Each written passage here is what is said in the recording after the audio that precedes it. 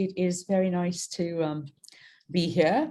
I am actually in Luxor, where I am working on a excavation, the KB10 and KB63 excavation.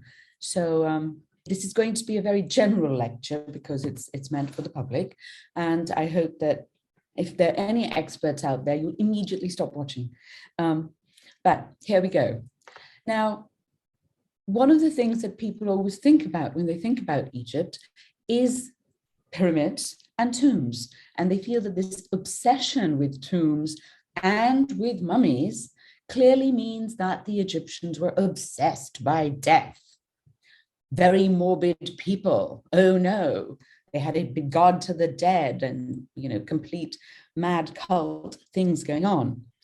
But was that really the case? I mean, why were the Egyptians so obsessed with death? It is the one thing that everyone does, it's true. And as my friend once reminded me, it's also taxes as well, said Sarah. So the ancient Egyptians certainly knew that everyone does this. It's a very democratic thing. But does it have to be the end? And so were they morbid and obsessed by death? Or was it really about enjoying life so much that you wanted to have one long party? And when you look at ancient Egyptians' tombs, you get a bit of a mixed message. Now, all of this idea of death and resurrection and the afterlife is tied in intimately with the ancient Egyptians' religion. And the Egyptians, ancient as well as modern, seem to be a very religious bunch of people. Now, for the Egyptians, religion was tied up very intimately with nature and its cycles.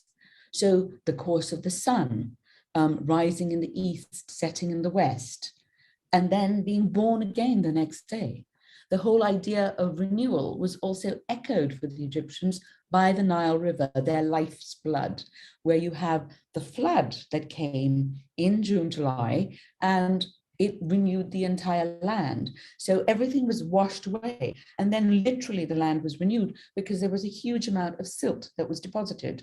So we're watching this cycle of things being born and dying, not just in terms of plants and animals and people, but in a more large scale way. Their entire environment was all about this.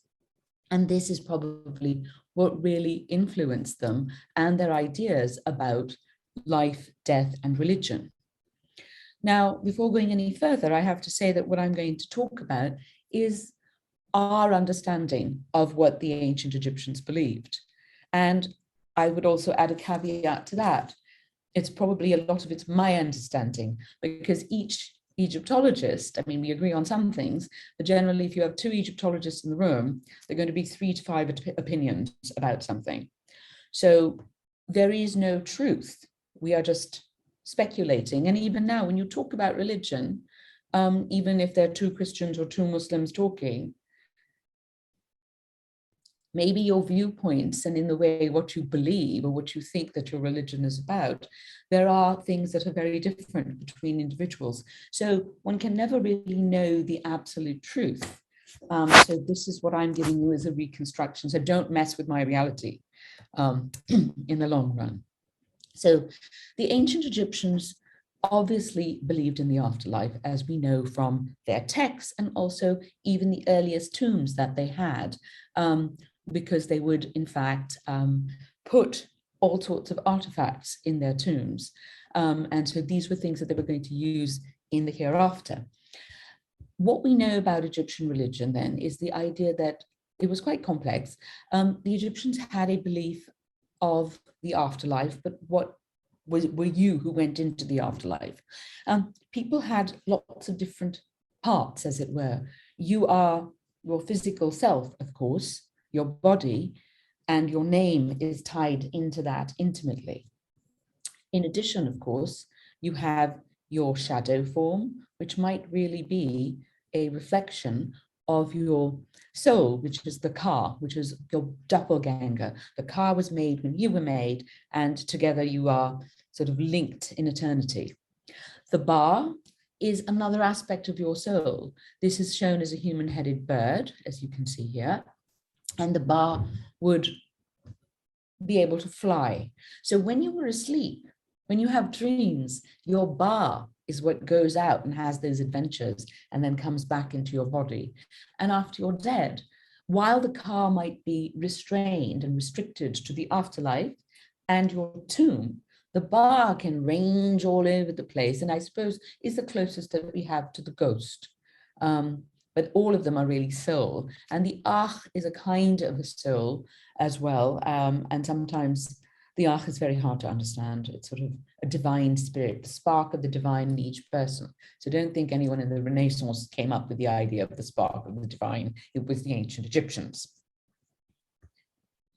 So details of funerary beliefs would have changed over time because we're talking about 3,000 years of history. But the idea of rebirth and eternal life remained the focus. And of course, you don't achieve this without also having some idea of morality. So you had to lead a moral life if you were going to achieve a successful eternity, which is very much what the monotheistic religions of today have taken upon themselves. So everything has its roots in the past and in ancient Egypt.